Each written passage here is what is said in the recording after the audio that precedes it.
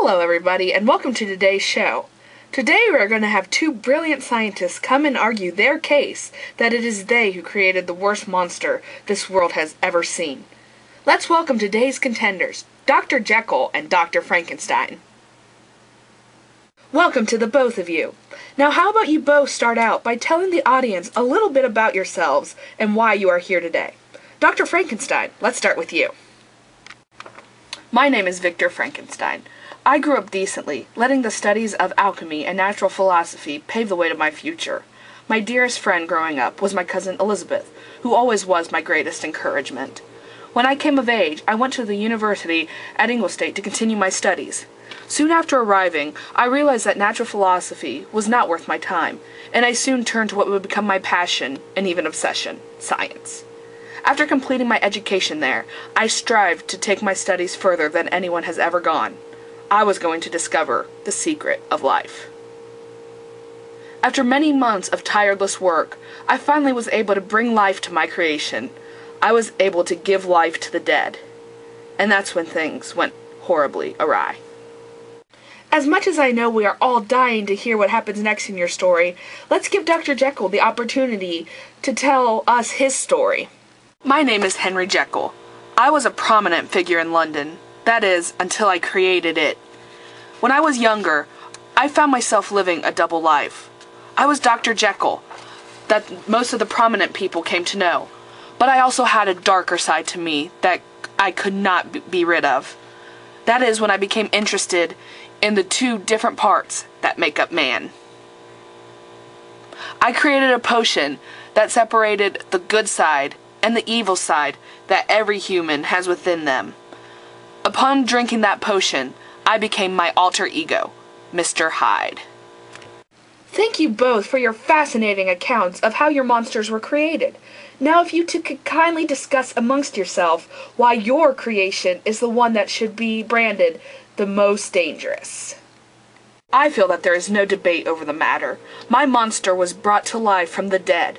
My monster became well-educated and ultimately began to seek revenge out on me for refusing to create a companion for him. The monster took my family from me. He killed my brother William, as well as Elizabeth. Excuse me for interrupting, but you can't judge your monster's danger just because it murdered people. My creation, Mr. Hyde, also murdered innocent people.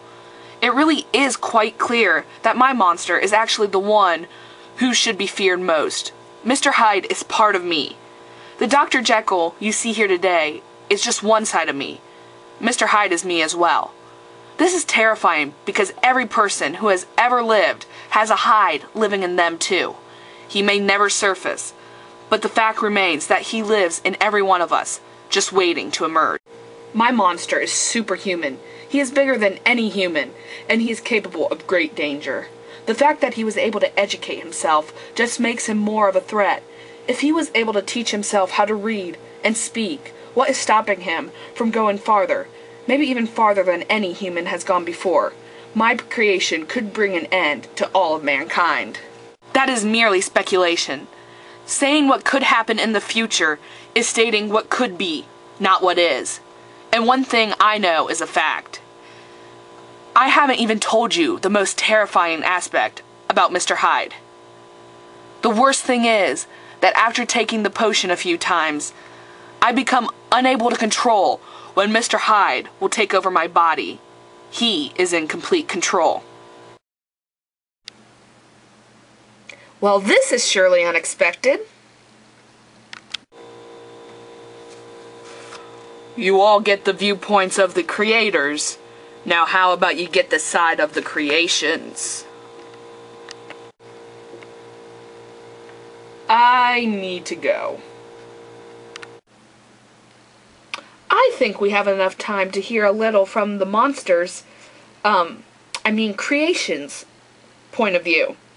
What does the audience think? Well, that's settled. Why don't you two tell us your story? Well, for a long time, I was part of Jekyll. Jekyll's personality and mine balanced each other out very well. I would only appear when Jekyll needed me. However, when he created that potion, I became free of Jekyll's personality. I didn't have anyone to tell me to stop, so I did whatever I wanted. After Frankenstein created me, he abandoned me. I was a newborn, alone in the world, and I had to learn to care for myself. I used my resources to teach myself how to survive. I came in proximity to a cabin, where I, without the people knowing, learned to read and speak. When I finally got up the confidence, I decided to talk to the people. Needless to say, it didn't go very well. After that, I realized that I really was a monster. So, in your guys' opinion, who is the worst out of the two of you? I think that we are not the monsters. We didn't create ourselves. The true monsters are our creators. Jekyll and Frankenstein both messed with things that are beyond their control. They basically played God, and we were the outcome. You can't expect that to turn out good.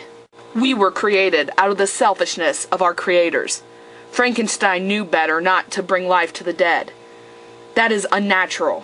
And Jekyll knew the consequences of me becoming a separate being. They both knew the outcome, but yet they decided to create us anyway. And by doing so, they put the whole world at risk. Well, there you have it, folks. We have heard from Dr. Frankenstein, Dr. Jekyll, and their creations, Mr. Hyde and the monster. The result of the debate is up to you. Who is the worst monster? And the results are in. The worst, most dangerous monster is